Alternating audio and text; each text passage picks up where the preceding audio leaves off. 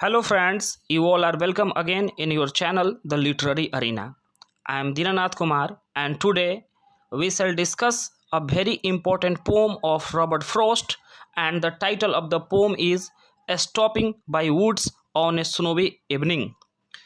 Friends, you can see here Stopping by Woods on a Snowy Evening by Robert Frost.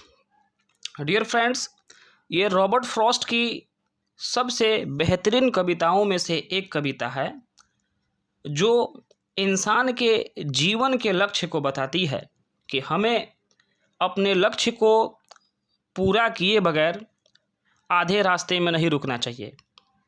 Swami Vivekananda भी कहते हैं कि arise awake and don't stop till the goal is reached, यानी कि जब तक आपका लक्ष्य पूरा नहीं होता है तब तक आपको रुकना नहीं है, आपको निरंतर आगे बढ़ते रहना है।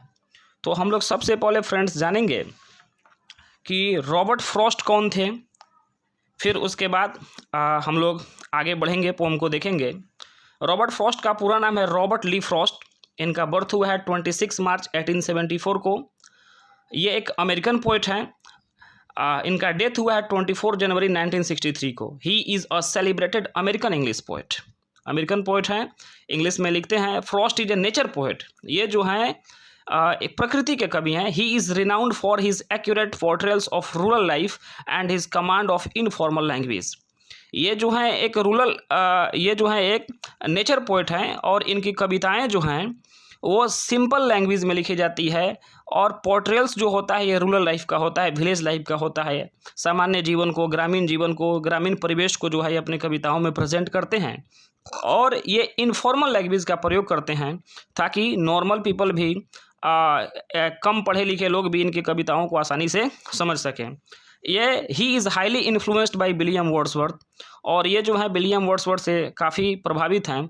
जैसे वर्ड्सवर्थ जो हैं पोइट ऑफ नेचर हैं, वैसे भी फ्रॉस्ट भी साहब भी जो हैं पोइट ऑफ नेचर हैं। वर्ड्सवर्थ साहब जो हैं वो भी सिंपल लैंग्वेज का यूज़ करते हैं ताकि कॉमन मैन इनके पोइट्री को समझ सके। उसी तरह रॉबर्ट फ्रॉस्ट भी करते हैं।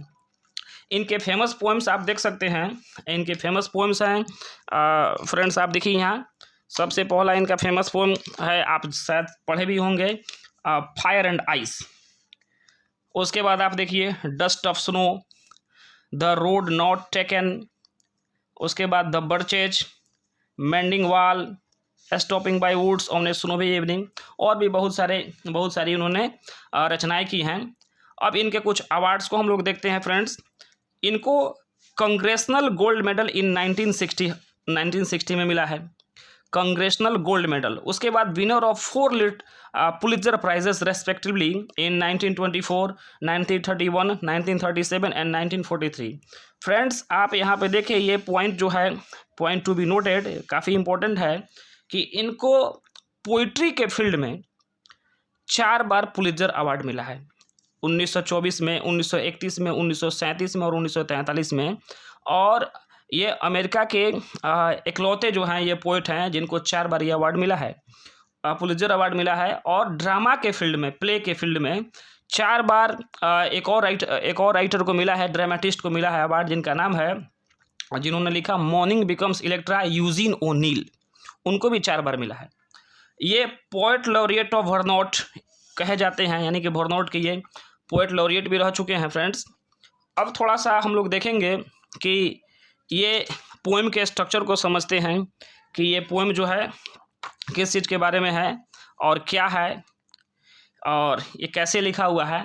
तो फ्रेंड्स जो ये पोएम जो है, it is a short poem of 16 lines. मात्र इसमें 16 लाइन्स हैं, divided into 4 quadrants. Quadrant means a stanza of 4 lines, यानी 4 लाइन का 4 स्टांजा है। That means 4 × 4 equal to 16 lines. 4 × 4 equal to 16 lines.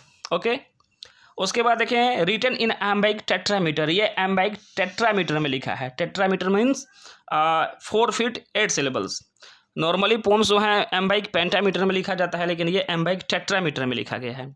और इसका थीम क्या है, तो थीम इसका हो गया ambition of life, journey of life और death.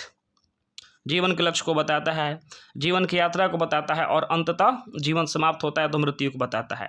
Simple words have been used in this poem, काफ़ी सरल शब्दों का प्रयोग किया गया, but the lines are simple, lucid yet appealing. यद्यपि लाइन्स जो हैं सिंपल हैं, लेकिन ये गहरे अर्थ को व्यक्त करते हैं, जीवन के सच्चाई को, रियलिटी को ये प्रेजेंट करते हैं। तो फ्रेंड्स, अब हम लोग स्टार्ट करते हैं पोम को, लाइन बाय लाइन पढ़ते हैं और इसे समझने की कोशिश करते हैं।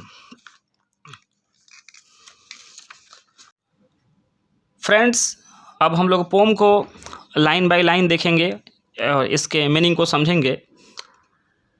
Whose woods these are, I think I know. His house is in the village though. Whose woods these are? ये जंगल किसके हैं? मैं जानता हूँ, मुझे पता है। पोएट कहते हैं His house is in the village though. यद्यपि उसका घर बगल के पास वाले गांव में ही है। He will not see me stopping here. लेकिन वो मुझे यहाँ नहीं देखेगा कि मैं यहाँ रुका हूँ। To watch his woods fill up with snow.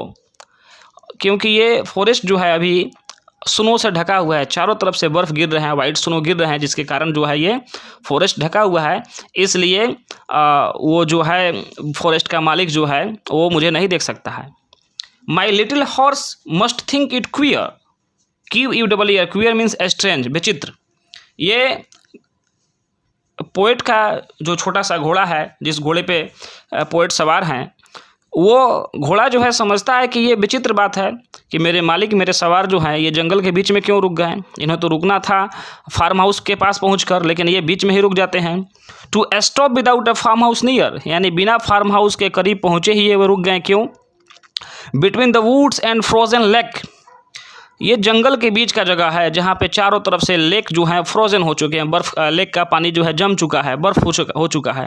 The darkest evening of the year, और वो जो है साल का सबसे गहरा अंधेरा शाम है, डार्केस्ट इवनिंग है साल का। He gives his harness bells और शेक, ही मतलब horse, he means horse. Horse जो है, हॉर्स के गले में जो घंटी बंधी हुई है, हार्नेस बेल, वो उस हार्नेस बेल को शेक करता है, शेक मतलब हिलाता है।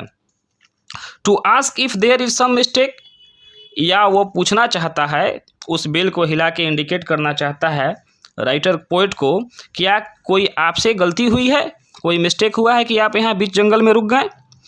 The only other sounds the sweep of easy wind and downy flake, और वहाँ पे जो है हवाएं जो चल रही हैं, हवाओं के चलने की आवाज़ सुनाई दे रही है।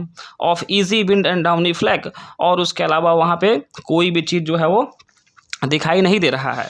यानी कि जो चारों तरफ से जो बर्फ़ गिर रहे हैं, तो वो बर्फ़ से जो है वो जंगल ढका हुआ है। अब फ्रेंड्स, लास्ट स्टांजा जो है वो मोस्ट इम्पॉर्टेंट पार्ट है इस पोम का।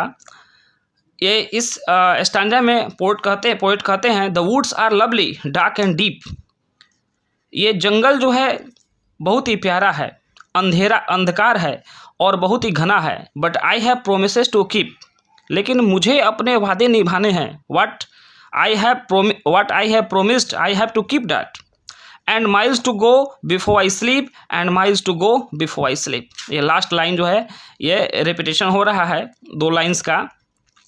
तो पोएट यहाँ पे कहना चाहते हैं कि गहन सघन मनमोहक वनतरु मुझको आज बुलाते हैं, किंतु किए जो वादे मैंने याद मुझे वो आते हैं। अभी कहाँ आराम बदा, यह नेह निमंत्रण छलना है। अरे अभी सोने से पहले मुझको मिलो चलना है, अरे अभी सोने से पहले मुझको मिलो चलना है। डियर फ्रेंड्स, ये 4 लाइन्स को हरिवंश राय बच्चन ने ट्रांसलेट किया है, जो मैंने अभी आपको बोल के बताया है कि हरिवंश राय बच्चन जी हिंदी के बहुत अच्छे, बहुत बड़े एक राइटर हैं और इंग्लिश के एक प्रोफेसर भी हैं। उन्होंने रॉबर्ट फ्रॉस्ट के इन 4 पंक्तियों का हिंदी ट्रांसलेशन मैंने आपको जो बोला है वो उन्हीं के द्वारा ट्रांसलेट किया गया है। तो रॉबर्ट फ्रॉस्ट साहब जो हैं इन लास्ट पंक्तियों के माध्यम से बताना चाहते हैं कि मुझे अपने वादे किए बगैर मुझे रुकना नहीं है। मुझे कार्य मिला है उस कार्य को मुझे कंप्लीट करना है। यहाँ स्लीप का मतलब होता है, एक स्लीप का मतलब हो गया सोना और एक स्लीप का मतलब होता है डेथ, यानी कि मौत आने से पहले मुझे अपने टास्क को पूरा करना है। मुझे अपने मंजिल को प्राप्त करना है। यानी कि राइटर पोएट कहना चाहते हैं कि अगर किसी व्यक्ति को बीच में कोई भी बाधा आ जाता है, किसी चीज़ से वो ल्योर्ड हो जाता है, अट्रैक्ट हो जाता है, आकर्षित हो जाता है और बीच में अपने कार्य को छोड़ देता है, तो अपने मंजिल को कभी भी पूरा नहीं कर पाएगा। फॉर एग्ज़ाम्पल, एक स्टूडेंट को उसके माता पिता भेजते हैं कि तुम्हें स्कूल जाना है, लेकिन वो बीच रास्ते में किसी मॉल में चला गया, मार्केट में चला गया और वो वहाँ के वातावरण से अट्रैक्ट होकर स्कूल न जाने के बजाय वो सिनेमा घर में चला गया, तो अपने रास्ते से क्या हो गया, डेविएट हो गया। तो पोएट यही कहते हैं कि ये मॉर्टल वर्ल्ड जो है, ये दुनिया जो है, ये जो है हमें एल्योर करता है, हमें आकर्षित करता है, अट्रैक्ट करता है, बट हमें अट्रैक्ट नहीं होना है। हमारा जो कार्य है, हमारा जो टास्क है, उसे पहले पूरा करना है। फ्रेंड्स, एक इम्पॉर्टेंट बात मैं आपको और बता दूं कि हमारे देश के प्रधानमंत्री पंडित जवाहरलाल नेहरू जी रॉबर्ट फ्रॉस्ट से काफ़ी प्रभावित थे और उनके अंतिम समय में, मृत्यु के समय में जब देखा गया उनके टेबल पे, तो रॉबर्ट फ्रॉस्ट की ये पंक्तियाँ उनके टेबल पे लिखी हुई थी कि the woods are lovely, dark and deep, but I have promises to keep and miles to go before I sleep and miles to go before I sleep.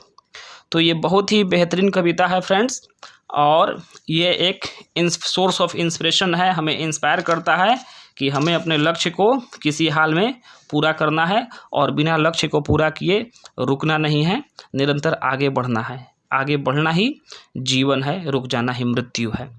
Thank you friends, आपने अपना कीमती समय दिया, इसके लिए बहुत बहुत धन्यवाद। मिलते हैं नेक्स्ट वीडियो में, तब तक के लिए शुक्रिया। चैनल को सब्सक्राइब करें, वीडियो को अधिक से अधिक शेयर करें। अगर कोई समस्या आपके पास हो या कोई और वीडियो देखना चाहते हैं तो कमेंट बॉक्स में कमेंट करें। Thank you friends, thank you very much.